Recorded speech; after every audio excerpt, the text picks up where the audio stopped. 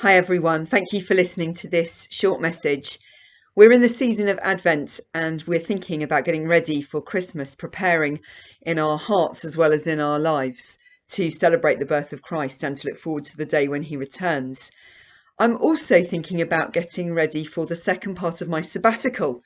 You might remember that Graham and I both had some time in the summer. He had 3 months, but I could only take 2 because of the school job that I do in Ascot. And so I've had to split the time, and I'm taking my final month from December the 16th to January the 16th.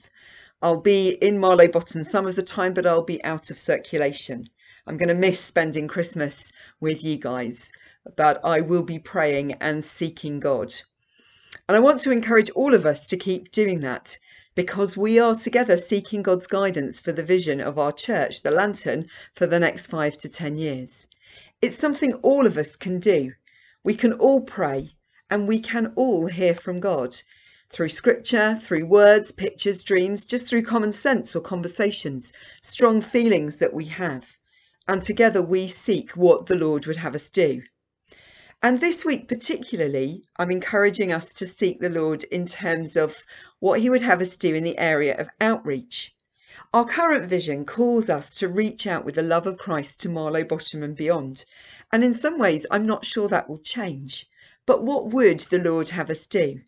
Some of the things we've done in the past include service Sundays where we've gone out and worked in the community, collections for One Can Trust, particularly at Harvest or Christmas, the Wickham Homeless Connection and the Sleep Out, giving some of our income as a church each year to charity, to special collections, for example, at the Christingle.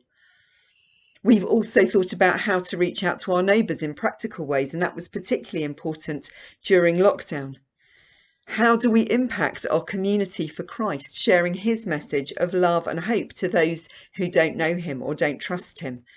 Alpha has been key in that and other small groups, our youth work. How do we continue in outreach?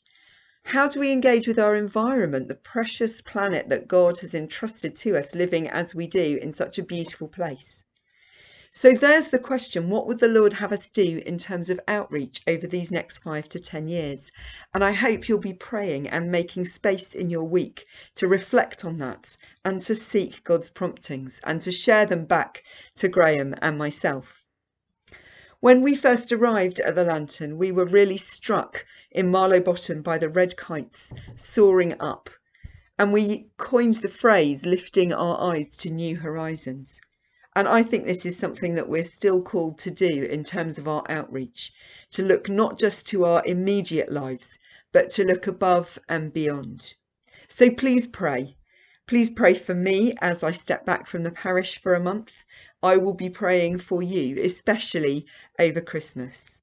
And let's all pray together, seeking God as a church.